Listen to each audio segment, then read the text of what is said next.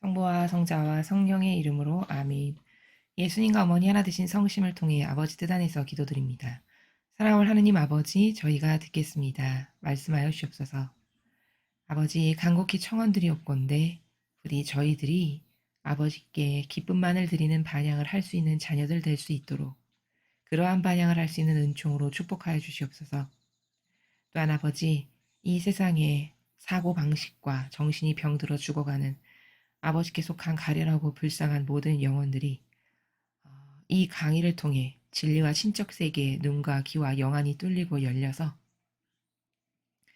부디 진리가 자신들의 사고방식의 근간이 되고 기본이 되고 그리고 근원이 되는, 그래서 아버지께서 주시고자 하시는 사랑을 받을 수 있는 자녀들이 될 수 있도록 정신의 혁명을 일으켜 주시옵소서. 이 모든 기도 우리 주 예수 그리스도의 이름으로 기도드리나이다. 아멘. 성부와 성자와 성령의 이름으로 아멘. 안녕하십니까. 하나님의 뜻 성교의 피아스녀입니다. 오늘도 여러분들과 함께 성경 말씀을 통해서 하느님 아버지께서 자녀들에게 깨닫게 하시는 진리의 나라에 대해서 함께 학습해 보도록 하겠습니다. 2021년 8월 10일 화요일입니다. 요한복음 12장 24절에서 26절까지의 말씀입니다. 주님 영광 받으소서. 그때 예수님께서 제자들에게 말씀하셨다. 내가 진실로 진실로 너희에게 말한다. 밀알 하나가 땅에 떨어져 죽지 않으면 한 알 그대로 남고 죽으면 많은 열매를 맺는다. 자기 목숨을 사랑하는 사람은 목숨을 잃을 것이고 이 세상에서 자기 목숨을 미워하는 사람은 영원한 생명에 이르도록 목숨을 간직할 것이다. 누구든지 나를 섬기려면 나를 따라야 한다. 내가 있는 곳에 나를 섬기는 사람도 함께 있을 것이다. 누구든지 나를 섬기면 아버지께서 그를 존중해 주실 것이다. 주님의 말씀입니다. 그리스도님 찬미합니다.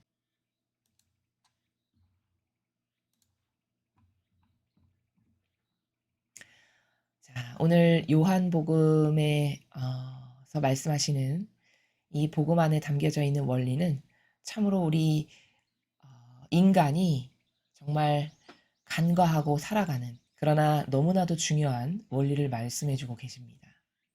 대다수의 인류가 패망하는 이유는 오늘 요한복음에서 말씀하시는 그 정신세계의 차원의 원리를 인간이 깨닫지 못하고 또 조금 어렴풋이 안다 해도 망각 가운데 살아감으로써 자기 스스로가 패망의 길을 걸어가는 것이 안타까운 인류의 현실이다라고 말할 수 있습니다. 먼저 예수님께서 지금 제자들에게 가르치시는 것이죠. 앞으로 사명을 행할 때 제자들이 어떤 정신세계에서 어떤 하느님의 신적인 질서의 원리의 나라에서 아버지의 뜻을 행해야 되는지를 말씀하고 계십니다. 내가 진실로 진실로 너에게 말한다. 진실로를 2번 쓰셨다는 것은 그 정도로 중요해서 강조하신다는 말씀이시죠. 밀알 하나가 땅에 떨어져 죽지 않으면 한 알 그대로 남고 죽으면 많은 열매를 맺는다. 자, 이 한 문장이 오늘 말씀하시고 싶으신 주제의 핵심 내용, 원리를 포함하고 있습니다. 자연의 법칙에서 우리가 이 생명체를 바라보았을 때도 그 작은 씨 하나가, 밀알 하나가 땅에 떨어져서 죽는다. 그러면 많은 그 자양분을 통해서 땅을 뿌리를 깊게 내리고 많은 열매를 맺게 되겠지만 그 씨 하나가 결국 죽지 않는다. 그래서 썩지 않는다. 그럼 결국 맺을 열매는 없다라는 말씀이시잖아요. 자, 이 차원의 나라는 지금 무엇을 말씀하시는 거냐? 밀알이 땅에 떨어져서 죽지 않는다. 이건 어떤 상태일까요? 우리 영혼으로 지금 대응을 해서 대칭의 관점에서 살펴보면 밀알 하나가 떨어져서 죽지 않는다. 그럼 인간의 차원에서 봤을 때는 아무런 생명 활동이 없는 상태겠죠. 아무런 생명 활동이 없는 상태입니다. 또 생산성이 없는 상태를 말씀하신 겁니다. 영혼의 차원의 관점에서 보았을 때. 또 이것은 이렇게도 말씀드릴 수 있습니다. 예를 들어 우리의 사고방식이 작년 사고방식과 올해의 사고방식이 내가 똑같다. 작년에 사고했던 사고의 방식과 올해 사고방식에서 조금도 차이가 있지 않다. 그러면 그 영혼은 죽은 거랑 똑같습니다. 자, 인풋과 아웃풋이 있습니다. 인풋에서 무엇을 넣느냐에 따라 아웃풋에서 맺는 열매가 달라지는 것은 너무나도 지극히 당연한 거죠. 근데 인풋이 달라지지 않아요. 재작년이나 작년이나 3년 전이나 5년 전이나 10년 전이나 지금이나 사고방식이 계속 똑같아요. 똑같다는 건 다시 말하면, 풀어서 말하면 내가 좋아지는 거, 내 자아가 원하는 거, 내 기준, 내 선, 내 기호, 내 정서, 내 경향, 끊임없이 나밖에는 모르는, 내가 좋아지는 것밖에는 없는 사고방식을 10년 전이나 5년 전이나 현재나 똑같이 한다. 그럼 그걸로 통해서 맺게 될 아웃풋의 열매는 변함없이 똑같다는 겁니다. 그죠? 허무한 패망. 영혼의 관점에서 봤을 땐 하나도 천상과 관련해서 어떤 훌륭한 열매를 맺은 것은 없는, 이런 상태가 열매가 떨어져서 죽지 않은 상태입니다. 미랄 하나가. 그럼 이것은 영혼의 관점에서 봤을 때 뭐냐? 밥은 먹어서 육신은 키가 맨날 쑥쑥쑥쑥 자랄 수 있을지 모르겠으나 영혼의 관점에서 봤을 땐 식물 인간과 똑같습니다. 그렇죠. 하나도 개선되거나 성숙하거나, 그래서 작년과는 다른 훌륭한 아름다운 열매를 맺거나, 뭐 작년과는 다른 어떤 하나님을 기쁘시게 해드리는 무언가를 생산했거나 이런 것은 없는, 그럼 그게 죽은 상태, 식물인간 상태다 이겁니다. 지금 예수님께서는 엄청 중요한 원리를 말씀하셨어요. 자연의 예를 들어서.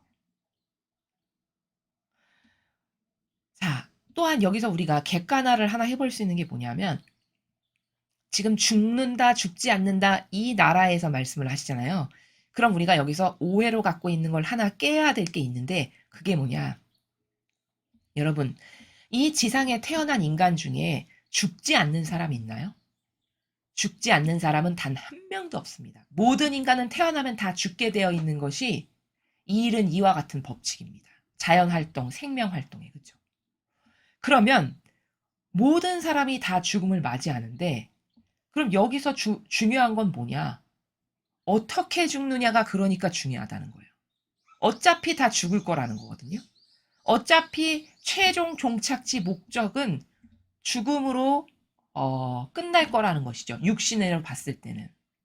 자, 그러면 그 일평생의 삶이 모두가 다 똑같이 죽음의 길로 가는데, 쇠잔해지는 육을 통해 죽을 수밖에 없는 운명에 처해있는 게 우리 한계성에 봉착된 인간의 운명인데, 그렇다면 이 남아있는 시간 동안 도대체 나는 무엇을 해서 어떤 열매를 맺어서 천상과는 어떤 관계에 있는 열매를 맺을 것이며 하느님과는 어떤 관계성의 일평생의 다양한 관계성을 맺을 것인가, 이게 얼마나 중요합니까? 왜? 그것에 따라서 내가 갈 나라가, 나의 운명이, 나의 영원성이, 나의 생명이 결정되니까요. 그런데 사람은 죽는 것을 막 두려워해요. 이게 얼마나 아이러니한 사고방식이냐면 어차피 죽을 거거든요. 단지 차이는 오늘 죽냐, 내일 죽냐, 10년 후에 죽냐, 이 차이만 존재하는 겁니다. 그럼 어차피 죽을 것인데 맺는 열매를 무엇을 맺고 죽을 것인가가 더 중요한 거잖아요. 논리적 사고방식이고 올바르고 합리적인 사고방식이라면, 지성에 근거한 사고방식이라면. 그런데 인간은 다 왜 타협할까요? 왜 불의한 세력에, 옳지 않은 것에 타협하고 협력하고 동조하고 맹종하고 충성할까요? 그것은 어차피 인간은 죽음으로 치닫는 이 존재밖에 안 된다는 것에 대한 거시적 관점으로 인생을 보는 것이 아니라 근시안적 소경의 관점으로, 당장 내일, 당장 눈앞에 펼쳐져 있는 모레, 당장 지금 나에게 떨어지는 이득, 이 관점으로 인생을 보기 때문에 그렇다는 겁니다. 그러나 인간 세상사도 진리 몰라도 거시적 관점으로 살아가는 사람은 10년 후에 뭐 해 먹고 살지? 10년 후에 가만히 있어봐, 내 처지가 어떻게 될까? 그것을 위해서 내가 지금 어떤 저축을 해야 되고 무슨 노력을 해야 되고 어떤 준비를 하는 게 맞을까? 이런 것을 사고한단 말이죠. 그럼 먹고 사는 문제도 10년 후의 것을 걱정한다면 영원성의 나라와 결부되어 있는 영혼이 내가 죽고 나서 어떻게 될 건가에 대한 그 관심을 안 갖는 것은 이게 정상이냐? 이게 비정상이라는 겁니다. 아니 썩어 없어질 육이 먹고 사는 것도 그렇게 걱정해서 전전긍긍하고 근심 걱정해서 10년 후에 뭐 먹고 살지? 5년 후에 내가 돈을 모으면 지금부터는 어떻게 저축해야 되지? 이거에 그렇게 집착하잖아요. 그렇지만 이거는 다 일시적이고 한시적인 육에 관련된 거잖아요. 아무런 영원성과는 관련도 없는. 근데 그것에는 그렇게 집착하고 애착해서 많은 준비를 하면서 이거는 바꿀 수도 없고 한번 결정된 운명을 되돌릴 수도 없고 다시 살 수도 없어요. 그런 영원성에 관계된 내 영혼에 관해서는 신경도 안 쓰고 관심도 없고 준비도 안 하고 대비도 안 하는. 그렇다면 이게 정상적인 사고방식이냐? 이게 비정상적인 사고방식이다라는 겁니다. 인간은 이런 모순이 한두 가지가 아니라는 것이죠. 우리의 사고방식 안에서. 지금 오늘 예수님께서 썩지 않고 가만히 있었어. 이건 뭘까요? 희생하기 싫어하고 자애심과 이기심, 눈앞에 보이는 급급한 나의 당장 눈앞에 떨어지는 이득, 그것에만 애착하고 집착해서 그것을 위해서 노력하는 게 썩지 않는 삶이죠. 그러나 썩는다는 건 뭘까요? 그러한 나의 육에 관련된, 나의 자아에 관련된 이런 것을 다 포기하고 그런 고통과 희생을 받아들이는 게 썩는 삶입니다. 자, 같은 관점으로 25절에서 얘들아, 열매 하나도, 씨앗 하나도 떨어져서 죽지 않으면 열매 못 맺고 실패작이지. 그치만 땅에서 떨어져가지고 그게 만약에 썩었어. 그럼 수많은 열매를 맺는 성공적인 그 씨앗의 운명이 되는 것이지. 마찬가지로 인간도 마찬가지란다. 자기 목숨을 사랑하는 사람은 목숨을 잃을 거고 이 세상에서 자기 목숨을 미워하는 사람은 영원한 생명이 되도록 목숨을 간직할 거다.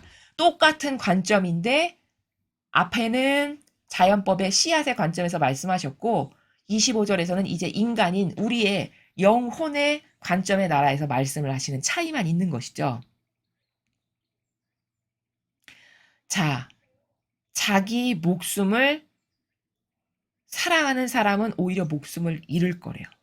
근데 이 지상에서 네가 네 목숨을 미워했어. 그럼 너는 영원한 생명에 이르도록 목숨을 간직할 거다. 아니 이게 무슨 말이야? 아니 이미 목숨을 미워했고 죽었는데 무슨 영원한 생명이 이른다는 게 도대체 무슨 말이야? 이것 역시도 유물론적인 관점이 아니라 본질에서 말씀하시는 것이죠. 자, 자기 목숨을 미워한다는 건 무슨 뜻일까요? 이기심과 자애심을 안 따르는 사람을 말씀하시는 겁니다. 네가 네 목숨을 미워해.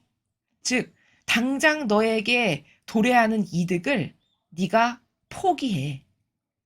모든 세상의 사람들이 자기가 좋아지는 사욕과 욕망이나 이기심이나 자애심이나 이런 나와 임발부된 모든 것을 따르면서 살아가지 않니? 그건 바로 자기 목숨을 사랑하는 사람이 바로 그런 사람들이에요. 끊임없이 자기 사욕, 욕망, 자애심, 이기심, 내가 좋아지는 것, 내 기호, 정서, 내 선. 그것만을 그렇게 애걸복걸하고 전전긍긍하며 거기에 애착하고 집착해서 그것을 위해서 살아가는 사람이 자기 목숨을 사랑하는 사람입니다. 근데 그 사람은 목숨을 잃을 거래요. 죽은 것과 똑같다는 거예요. 어디서? 천상의 나라에서. 왜? 천상의 나라에 못 가고 죽은 목숨이나 똑같다는 건 뭘까요? 왜? 하나님과 관련된 건 한 개도 행한 게 없는 거죠. 이 지상에서. 하나님과 관련된 것을 행한다는 건 뭘까요? 고통을 사랑하고 희생을 사랑하는 겁니다. 아버지 뜻을 이루어드리기 위해서. 다시 말하면 예수님과 어머니께서 자기 목숨을 미워하는 사람으로 이 지상에서 사셨어요. 그 말인즉슨 풀이하면 일평생의 삶이 고통과 희생으로 점철된 삶이셨다는 겁니다. 아버지 뜻을 이루기 위해서. 내 사욕과 욕망을 따르기 위해서 고통스러웠던 게 아니라 아버지의 뜻을 어떻게 하면 더 잘 이루어 드릴까. 그리고 그 아버지의 뜻이 영혼을 구원하시는 것인데 그 영혼 구원 사업과 관련해서 나는 어떤 고통과 희생을 사랑해서 그 아버지의 뜻이 이루어 드리게끔 협력을 하고 나를 그러한 도구요 매개체로 쓰실 수 있도록 내어 드릴까. 이게 자기 목숨을 미워하는 사람의 삶이다라는 거예요. 모든 사람은 자기를 너무 사랑해서 그저 자기가 좋아지는 거라면 뭐든지 다 팔고 타협하고 협력하는데 자기 목숨을 미워하는 사람은 아버지 뜻이 이루어지기 위해서 자기를 배제하고 그러니까 고통을 사랑하고 희생하기를 꺼려하지 않는 이런 삶이 자기 목숨을 미워하는 사람의 삶이에요. 이 지상에서. 근데 너가 그렇게 살았어. 이 지상에서. 그럼 너는 영원한 생명이 되도록 목숨을 간직할 거다. 너는 영원한 생명을 얻어 누릴 거다. 이 말씀이거든요. 왜? 왜 그래야 될까요? 하느님을 위해서 자기의 모든 권리를 다 포기했으니 당연히 아버지께서 그것을 채워주셔야 되는 게 공정과 정의 아닐까요? 공정과 정의입니다. 그러니까 예수님은 그 원리를 뭐라고 말씀하셨어요? 나는 하늘과 땅의 모든 권한을 다 받았다. 다 받아도 마땅해요. 그쵸? 다 받으셔도. 왜? 모든 권리를 이 지상에서 사실 때 오로지 아버지와 자녀들을 위해서 다 포기하셨죠. 심지어 목숨까지도. 목숨까지도 처절히 포기하셨어요. 자기 권리를 내세우신 적이 단 한 번도 없으십니다. 그러니까 자기 목숨을 미워하는 사람으로 사신 거죠. 그렇게 사셨기 때문에 천상의 나라에 가서 영원히 사셔야 되는 건 너무나도 당연한 거고, 모든 사람이 자기 권리를 자기가 도둑과 강도로서 남의 것까지 탈취하고 강도질하면서 가졌다면 그는 이 세상에서 그렇게 자기가 모든 것을 도둑과 강도로 탈취했으니 천상에 가서는 오히려 그것에 대한 형벌을 받아야 되는 게 마땅한 거 아닌가요? 그러니까 목숨을 잃을 거라는 거예요. 그렇지만 예수님과 성모님은 자기를 위해선 아무것도 안 했어요. 온통 의로운 희생밖에 없었습니다. 이게 자기 목숨을 미워했던 사람이에요. 그러니까 채워주셔야 되는 게 당연하죠. 갚아주시고 채워주시고 그것에 대한 상급과 보상을 당연히 받아야 되는 게 그분의 공정하신 원리입니다. 그래서 예수님이 나는 하늘과 땅의 모든 권한을 다 받았다라고 말씀하시는 거예요. 그게 지극히 당연하죠.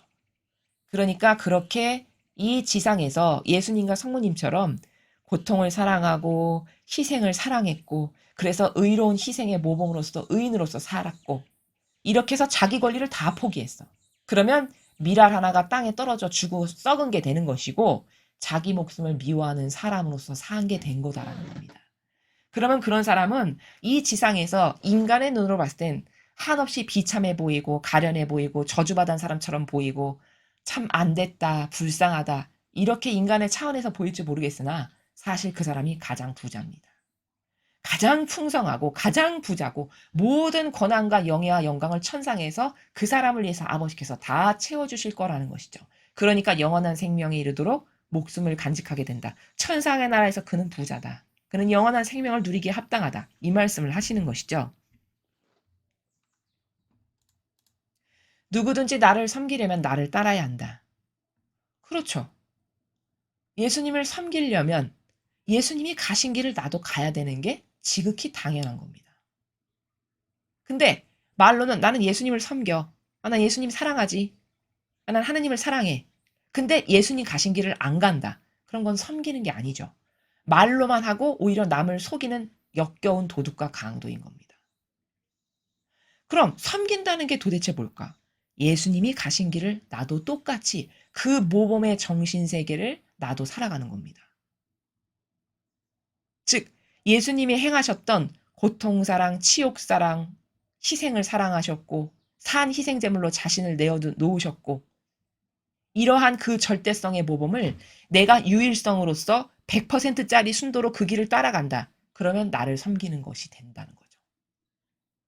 그렇게 예수님을 섬기는 사람으로서 이 지상에서 이 육은 손해보는 것을 당연하게 여기며 이 육은 죽은 사람처럼 그렇게 산다면 내가 있는 곳에 나를 섬기는 사람도 함께 있을 것이다. 누구든지 나를 섬기면 아버지께서 그를 존중해 주실 것이다. 그렇게 살았다. 누가 진짜 예수님의 모범을 따라가면서. 그럼 예수님께서 가시는 곳에 당연히 함께 가야 되는 거 아닌가요? 당연히 함께 가야 되는 거죠. 왜?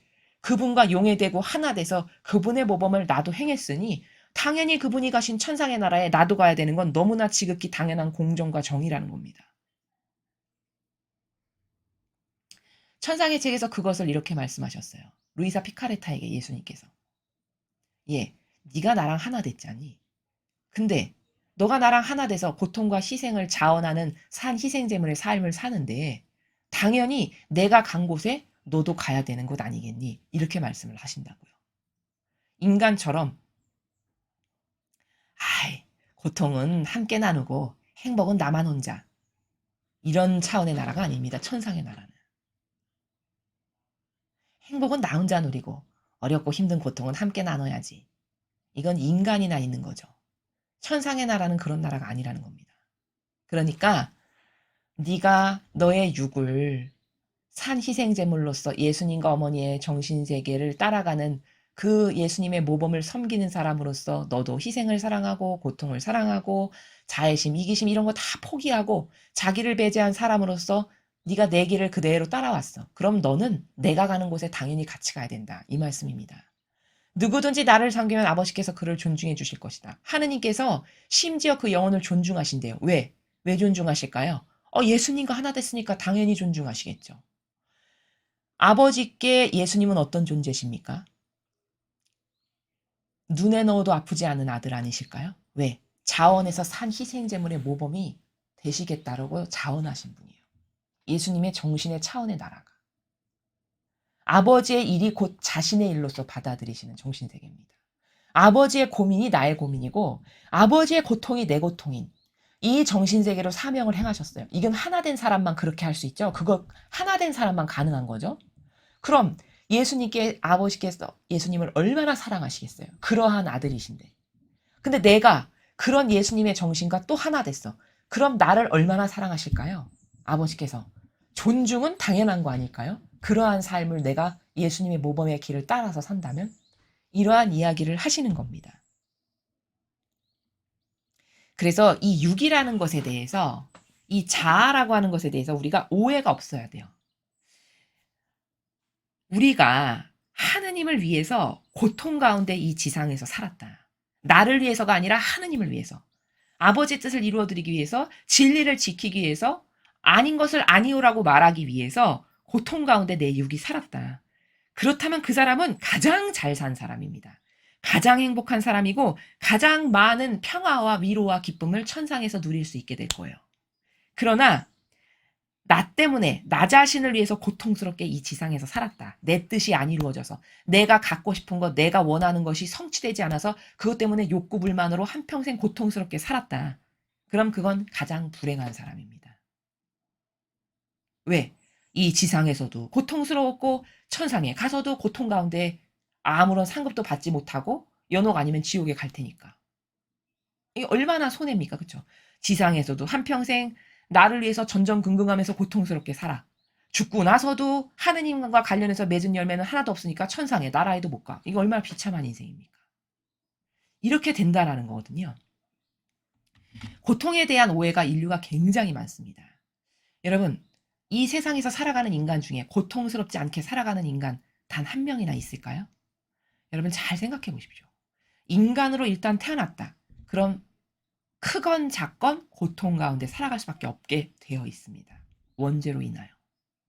그런데 그 고통의 효용과 가치는 사람마다 천차만별로 다 다릅니다. 어차피 고통 가운데 살 거라면 어떤 게 똑똑한 걸까요? 어떤 게 지혜로운 삶일까요? 어차피 인간으로 태어나서 고통스럽게 살 거라면 효용과 가치를 100%짜리로 극대화시켜서 사는 사람이 가장 똑똑하고 지혜롭고 슬기로운 사람입니다. 그러면 어차피 인생은 고통 가운데 살게끔 되어 있어요. 그럼 누가 그 고통의 효용과 가치를 극대화시켜서 100%짜리 고통의 효용과 가치로 사는 사람은 과연 누구냐? 그게 바로 하느님을 위해서 고통스럽게 사는 사람이 바로 그런 사람입니다. 루이사 피카레타는 천상의 책에서 이 원리를 연옥여원을 통해서 확답을 받아요. 어느 날 루이사 피카레타가 이런 고민을 갖게 됩니다. 내가 이렇게 육신이 맨날 고통스럽고 산 희생제물로 살아가지고 이렇게 힘겨운데 그치만 내가 지금 이 지상에서 살아가는 이 삶이 똑바로 잘 사는 건지 못 사는 건지 잘 모르겠어. 그래서 루이사 피카레타가 어느 날 연옥여원에게 물어봅니다. 당신은 그 영의 세계에 있으니까 모든 걸 다 보고 있죠? 나 뭐 좀 하나 물어봅시다. 내가 지금 이 지상에서 이렇게 살아가고 있는데 나는 본질의 나라를 못 보니까 잘 살고 있는 건지 못 살고 있는 건지 잘 모르겠어요. 나 지금 잘 살고 있는 겁니까? 이렇게 물어봤어요. 그랬더니 그 연옥 영혼이 명답을 줘요. 뭐라고 이야기했냐? 당신이 하느님의 뜻 때문에 하느님의 뜻을 이루어 드리려고 고통스럽게 지금 지상에서 살고 있다. 그럼 당신은 가장 잘 살고 있는 겁니다. 이렇게 답변을 합니다. 이게 바로 오늘 예수님께서 이 원리의 나라에 대한 답변을 우리들에게 주시는 것이죠. 고통스럽지 않은 인간은 없습니다. 인간으로 태어난 이상 그것이 무엇이건 사람에 따라 고통의 크기가 물론 차이가 있을 수는 있겠으나 모든 인간은 다 고통스럽게 삽니다. 일평생. 그럼 어차피 고통스러울 거, 왜 효용과 가치가 없는 마귀에게 장신구만 달아주는 쓸데없는 고통을 낭비하는 삶을 살까? 그것은 사고방식 안에 오해가 있기 때문인 거거든요. 어차피 나에게 주어진 그 한평생의 고통이라면 그것을 효용과 가치가 차고 넘치게끔 사는 사람 있는가 반면 일평생 어떤 게 고통이냐? 내 뜻이 이루어지지 않는 게 그렇게 고통인 거예요.